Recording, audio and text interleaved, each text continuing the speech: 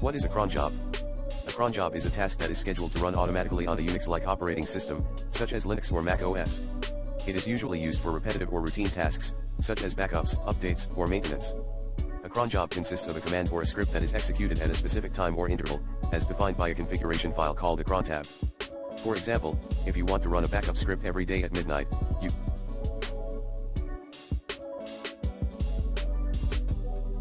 can create a cron job that looks like this: 00****/home/user/backup.sh. This means that the script /home/user/backup.sh will run at minute 0 of hour 0 of every day of every month, regardless of the day of the week. You can use different values or symbols to specify different schedules, such as every hour, every week, or every month. To create or edit a cron job, you can use the crontab command, which will open your user's crontab file in a text editor. You can also view or delete existing cron jobs with the crontab command. To learn more about how to use cron and crontab, you can use a search engine or consult the manual pages.